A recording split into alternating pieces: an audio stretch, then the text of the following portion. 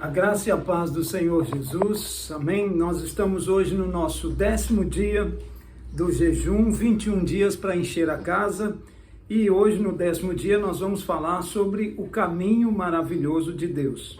Jeremias capítulo 6, versículo 16 diz assim: Assim diz o Senhor, ponde-vos nos caminhos e vede, perguntai pelas veredas antigas, qual é o bom caminho, e andai por ele. E acharás descanso para as vossas almas. Mas eles dizem, não andaremos nele. Vamos orar. Senhor, nós pedimos graça e favor sobre as nossas vidas. Que nesse 10º dia de jejum, o favor do Senhor desça sobre nós, a tua graça, a tua unção, a tua presença, que nós possamos conhecer esse caminho maravilhoso do Senhor sobre as nossas vidas. Como o texto diz, ponde-vos nos caminhos e vede, perguntai pelas veredas antigas, qual é o bom caminho? Nós pedimos ao Senhor, perguntamos ao Senhor, mostra-nos o bom caminho, para que nós possamos andar por ele e acharmos descanso para as nossas almas. Eu declaro, Pai, nesse dia, um dia de graça, de vida, de bênção, e que nós possamos experimentar desse descanso em nome do Senhor Jesus. Então nós vamos falar sobre o caminho maravilhoso de Deus. Você talvez ainda não sabe no caminho que deve andar.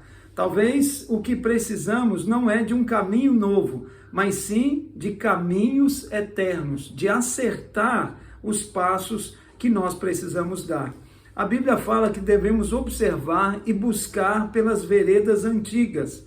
Esse antigo aqui não se refere simplesmente a coisas velhas, significam coisas eternas, sempre novas.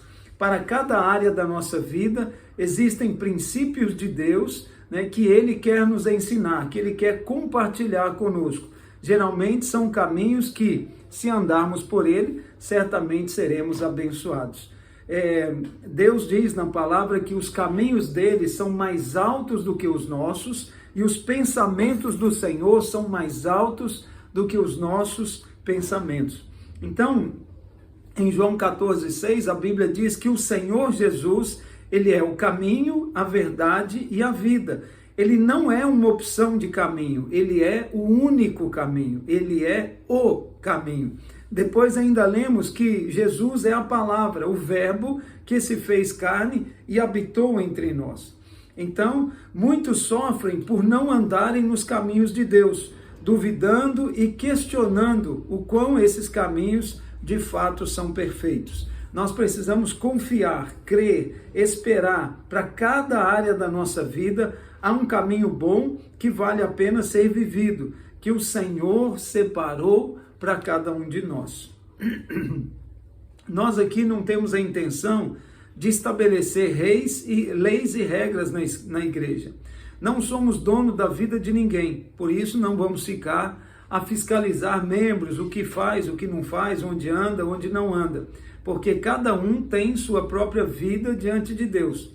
A única coisa que queremos, na verdade, com tudo o que fazemos, é compartilhar de princípios que estão na palavra, é considerar o que é melhor. Se a nossa missão resumisse em encher a vida das pessoas de regras, de nada adiantaria todo o nosso trabalho, porque na hora exata as pessoas vão escolher exatamente o que elas querem, se vão seguir ou não. E é apenas aquilo que recebemos de Deus, uma palavra viva que vem da parte dele, que é capaz de nos transformar. O que realmente muda tudo é andar pelo Espírito. Se você andar no Espírito, não satisfará os desejos da carne. Então não tenha medo de buscar as coisas de Deus, de desejar as coisas de Deus e de caminhar na presença dele. Gálatas 5,16 diz: Digo, porém, andai no Espírito e jamais satisfareis as concupiscências da carne, porque a carne milita contra o Espírito e o Espírito contra a carne, porque são opostos entre si, para que não façais o que porventura seja o do vosso querer, mas, se sois guiados pelo Espírito, não andais sobre a lei. Então, não viva à espera de regras estabelecidas ou de pessoas que vão ditar o que você pode ou o que você não pode. Nós, como igreja, ou a parte da igreja, não cabe a nós prender a vida ou restringir a vida das pessoas de alguma forma. Apenas desejamos que as pessoas sejam abençoadas, que elas entendam o caminho e que elas desejem andar por ele, andando ou ministrando o caminho eterno de Deus no coração de cada pessoa. Primeira coisa, então, o primeiro ponto importante que nós precisamos considerar é que Deus ama relacionar. Deus nos chama para um relacionamento. Mateus 22:35 diz assim: um deles, doutor da lei, interrogou-lhe para o experimentar, dizendo: mestre, qual é o grande mandamento da lei? E Jesus disse: amarás o Senhor teu Deus de todo o teu coração e de toda a tua alma e de todo o teu pensamento. Esse é o primeiro e grande mandamento. E o segundo é semelhante a esse, amarás o teu próximo como a ti mesmo. Destes dois mandamentos dependem toda a lei e os profetas. Então aqui nós vemos que Deus valoriza tanto o ato de se relacionar, que ele resume toda a lei em 2 pontos, em 2 mandamentos, ou a 2 relacionamentos: relacionar com Deus e relacionar com o próximo. Creio que o Senhor está trazendo para a nossa geração uma mudança de mentalidade quanto a relacionamentos. Deus não está procurando simplesmente pessoas para obedecer regras. Ele procura alguém para estabelecer um relacionamento, para estar junto. Deus não está interessado em nos restringir, cessear, nos paralisar dos prazeres, das coisas boas. Mas se quisermos trilhar os caminhos deles, precisamos compreender claramente que a porta de entrada desses caminhos é o amor. E amar é escolher o melhor para o outro. Então, há uma mentalidade mundana, humanista, que diz que todos têm o direito de serem felizes, independentemente do próximo. Isso é uma mentalidade que coloca Deus em segundo lugar. Então, nós precisamos primeiro buscar. E alguns vão dizer: deixe lá, que Deus se lixe, que Deus me castiga. A Bíblia que vire um monte de papel velho mofado. Eu não me importo. Vou fazer o que eu quero, da maneira que eu quero, e agradar a mim mesmo, satisfazer os meus prazeres, a minha sensualidade. Eu vou viver da maneira que eu sentir que devo, de acordo com o padrão do mundo, da mídia, das pessoas que vivem comigo. Então esse é o padrão que as pessoas estabelecem lá fora. Não é o padrão bíblico, não é o caminho eterno de Deus, não é esse caminho maravilhoso de Deus. Deus escolheu relacionar baseado no amor, baseado em dar o melhor. Por esse e outros motivos, muitas pessoas ainda não encontraram alguém para se relacionar, para conviver, para casar, para construir juntos uma vida, ou construir uma vida a 2. Esse é o sinal que Deus ama muito você, porque Ele não permitiu que a escolha mais importante da sua vida fosse feita sem maturidade. Por isso nós precisamos crescer, entender qual é o melhor caminho, qual é o caminho excelente. Será que isso é bom para mim? Será que não é? Baseado realmente naquilo que Deus tem para cada um de nós. A Bíblia é clara ao dizer que qualquer um que desejar agradar a Deus arranjará inimizade com o mundo. E todas as vezes que valores estabelecidos por Deus são invertidos, o resultado é morte. Então, quem escolhe a Deus, quem escolhe os caminhos de Deus, ele automaticamente estabelece uma inimizade com o mundo. Quando você se torna filho de Deus, o seu padrão muda. O seu padrão é abrir mão, tomar a cruz e seguir o Senhor. Até porque quem não toma a cruz não pode ser discípulo do Senhor. E para tomar a cruz, tem que estar apaixonado por Jesus e saber que era amado por Ele. Quem está apaixonado paga qualquer preço e está disposto a qualquer coisa. Entenda, muitos entendem que Deus, quando você vai tomar a cruz, andar por fé, que esse é um caminho terrível, horrível, difícil.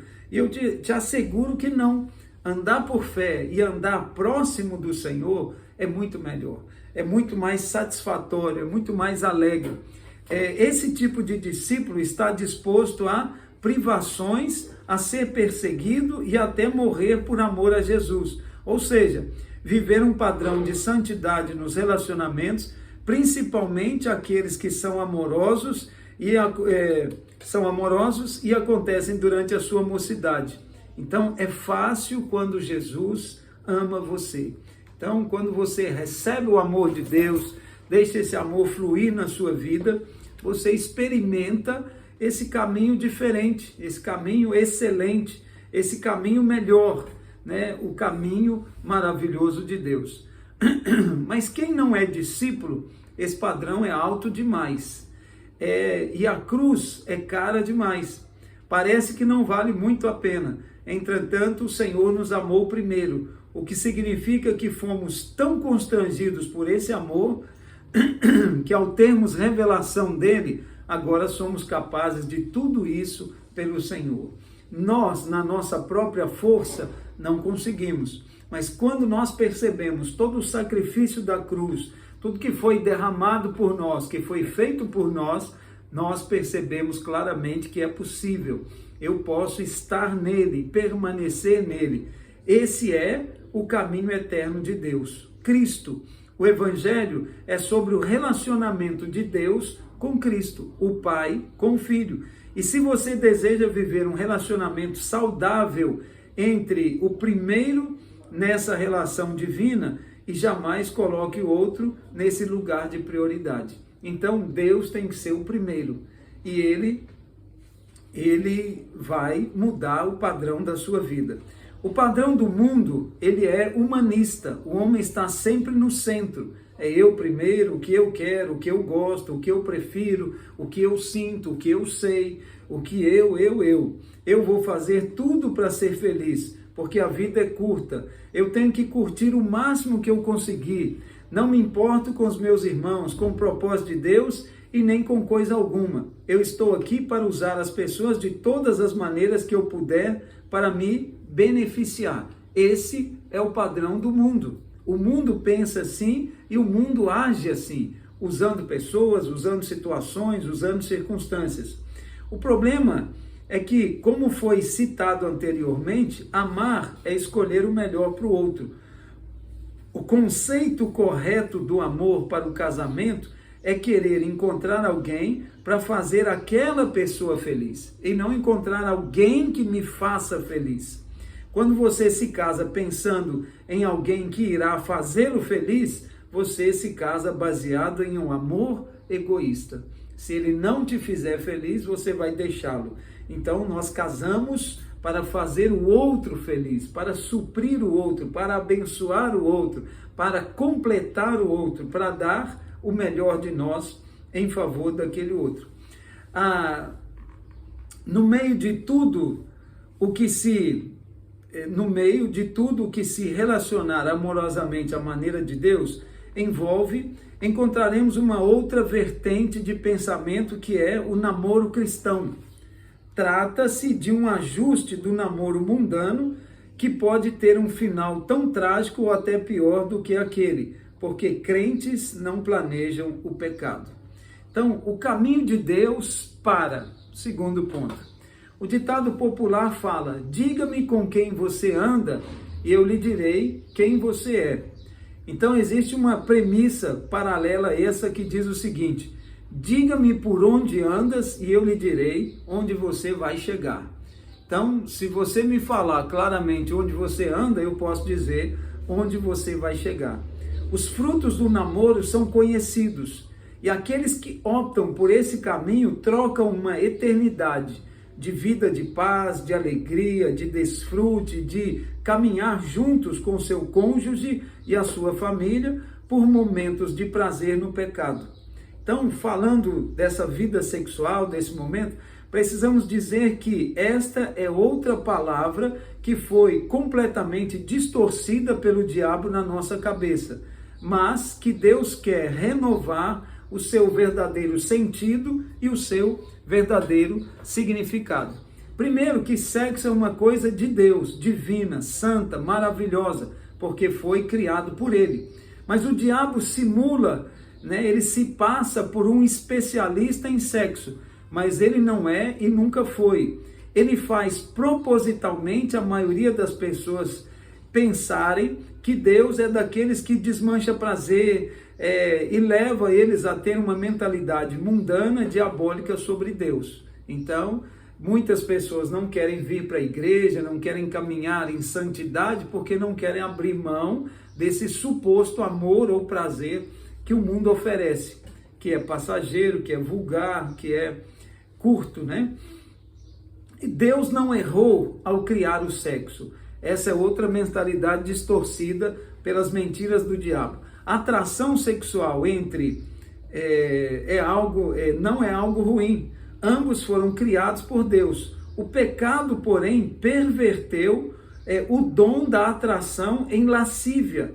Mas a paixão continua sendo o fogo que Deus criou para culminar no ato sexual, que é um presente dele para nós. Ou seja, essa maneira que o mundo hoje propaga o amor baseado no sexo, isso é uma deturpação. O verdadeiro amor ou o verdadeiro sexo, ele é baseado nesse princípio que Deus estabeleceu. Deus tem um caminho sobremodo excelente para o romance, a corte, o casamento e para todos os níveis de relacionamentos que podemos ter. Pais com filhos, noras, sogros, famílias, marido e mulher e assim sucessivamente. Tudo baseado nesse amor que não espera troca. O problema é que geralmente quando vamos falar sobre esse assunto, a primeira coisa que vem à mente das pessoas é um conjunto de regras e leis cheias de pode e não pode.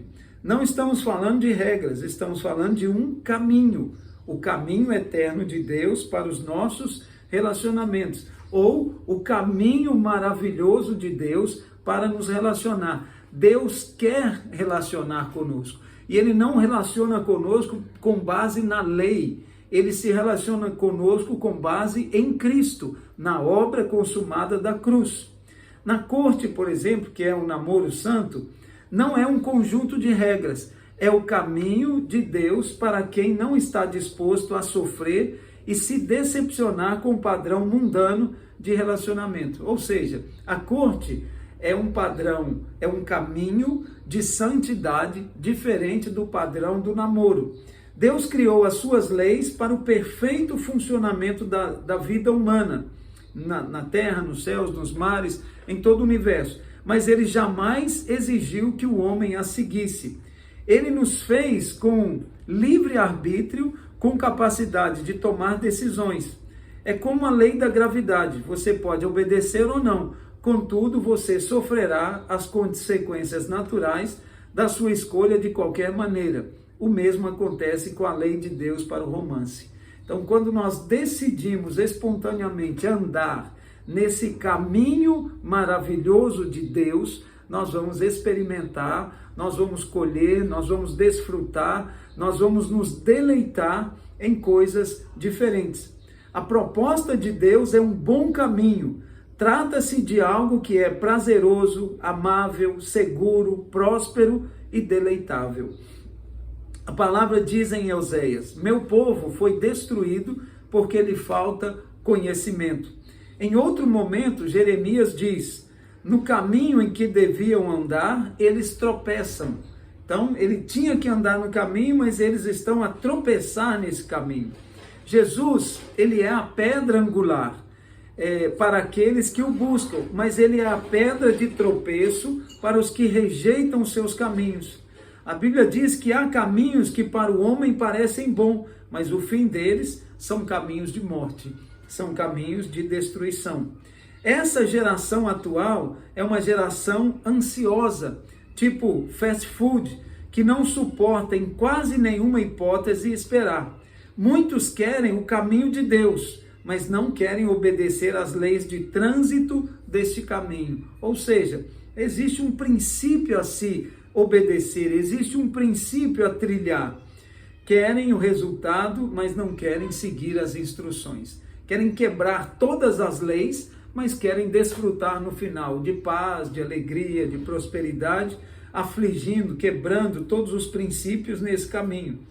Eu conheço muitos jovens que viveram no mundo sem conhecer os caminhos do Senhor e que sofreram muito, bastante, né? Sofreram muito por causa das escolhas que fizeram e não conheciam a palavra, não conheciam os princípios do Senhor. Terceiro ponto, então, é sem negociação. Existem 3 características que funcionam como pano de fundo do modelo de relacionamento que nós temos ensinado. Seria santidade, pureza e honra. Santidade, pureza e honra.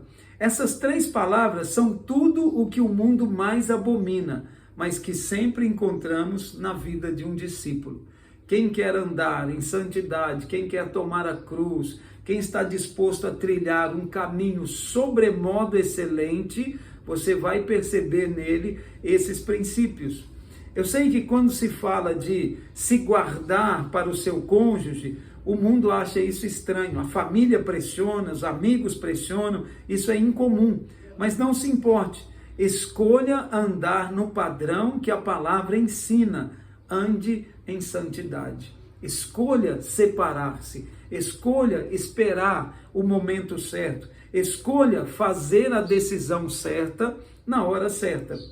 E entenda que santidade não tem nada a ver com práticas, ações ou atitudes, porque pureza tem a ver com algo interior. Caminhamos com base na pureza.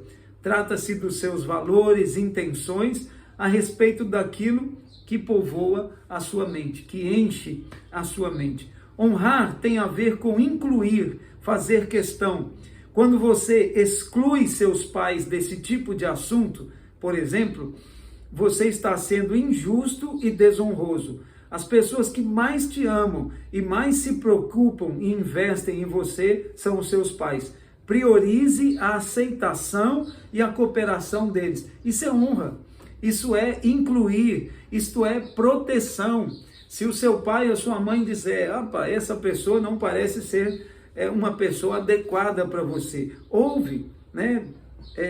Aceite isso, né? Ou pelo menos pare para pensar e para perceber isso. Além desses valores, precisamos perceber que há um momento específico para se entrar na corte. A corte é o relacionamento em santidade. A Bíblia diz que houve um tempo em que Abraão se preocupou com a necessidade de seu filho Isaque, de se relacionar com o propósito de casar. A palavra diz que há um tempo certo para todas as coisas debaixo do céu. Então, no tempo certo, você vai tomar a decisão certa. Enquanto isso, ora, se guarde, espera, descansa e se prepare para esse momento.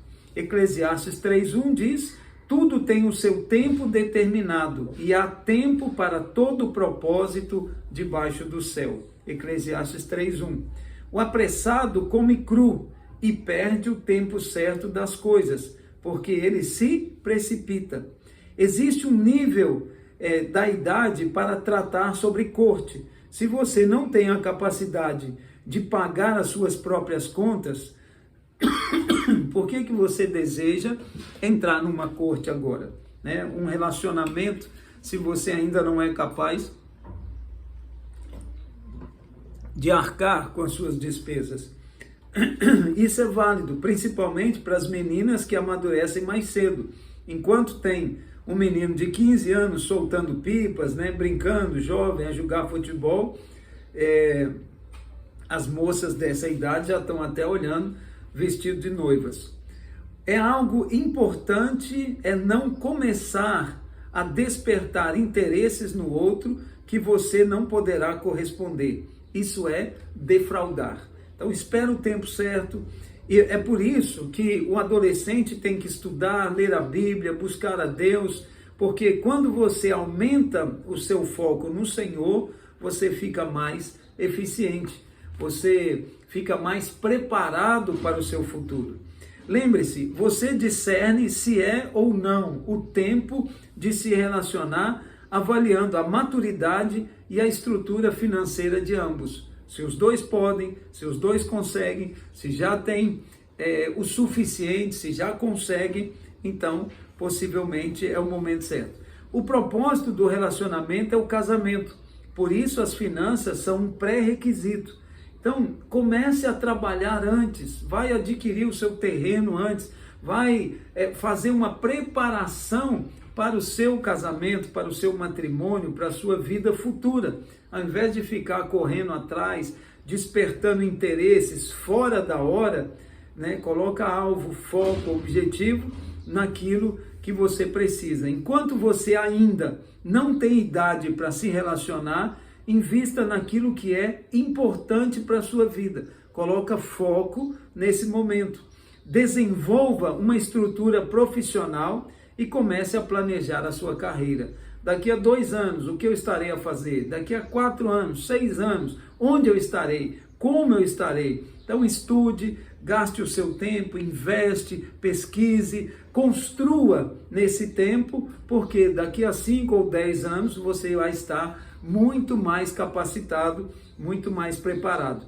Deus tem um caminho maravilhoso que leva ao casamento.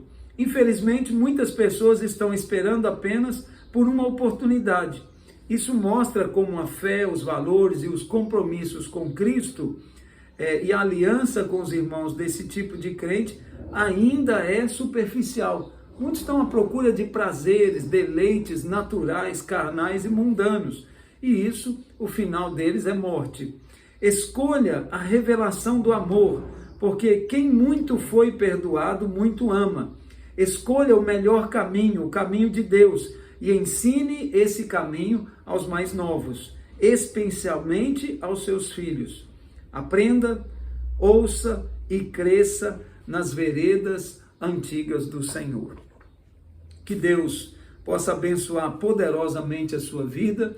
Eu quero orar por essa palavra, para que Deus te dê revelação, para que essa palavra entre no seu coração e você espere realmente o caminho maravilhoso de Deus. Não é esperar para daqui a 1 ano, 2 anos, 3 anos. É começar a viver esse caminho, começar a praticar esse caminho. Eu mesmo, na ocasião que eu fui me casar, eu escolhi esperar. Eu escolhi o caminho da santidade.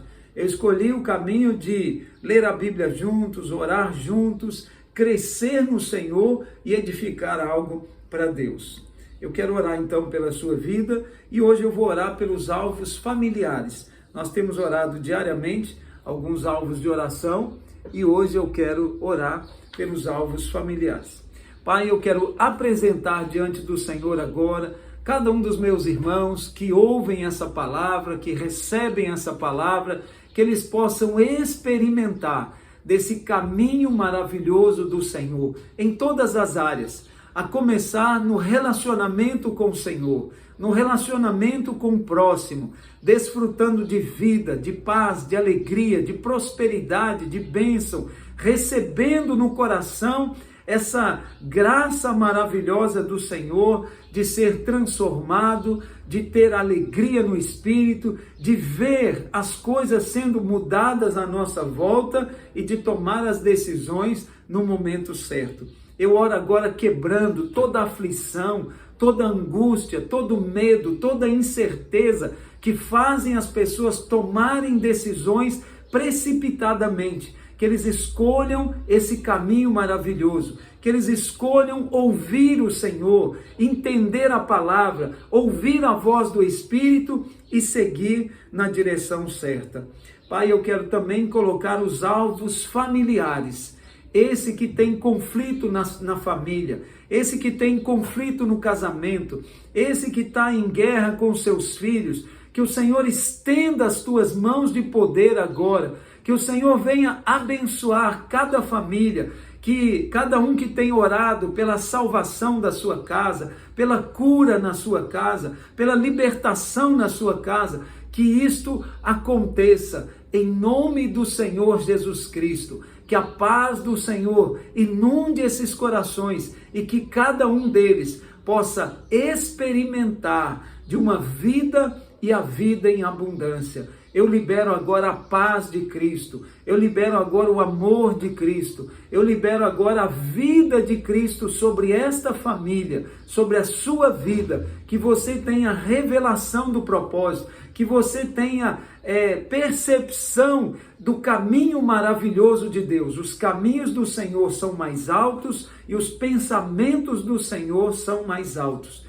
Que Deus abençoe ricamente a sua vida, que essa palavra possa transformar e fazer a diferença para a glória do Senhor. Que Deus te abençoe ricamente e amanhã nós vamos compartilhar o 11º dia desse jejum, ainda 21 dias para encher a sua casa. Que Deus te abençoe em nome de Jesus.